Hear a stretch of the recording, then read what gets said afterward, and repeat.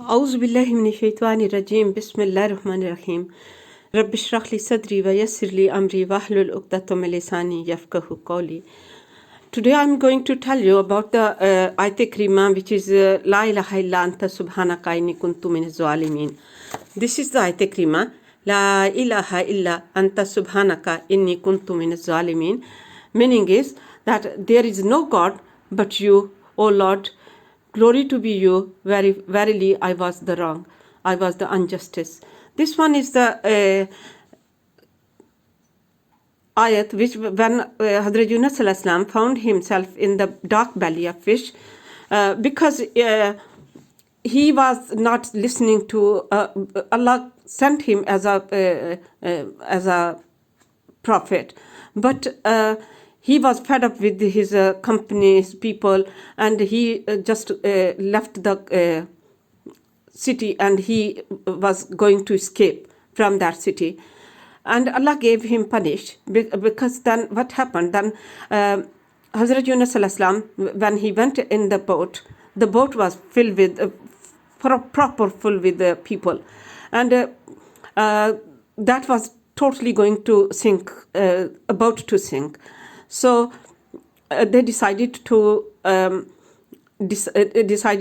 if somebody have to skip from this boat because it's not enough place, is too much burden. So then they decided to do the they write down the name of all the people, and they pick the name of that was name was Hazrat Yunus alayhi salam. 3 times they did, and 3 times Hazrat Yunus alayhi salam name came, because Allah decided to give him punish, because he should stand for whatever Allah told him, but he was trying to skip from there. That's why. So what happened then? Allah Ta'ala gave him punish, and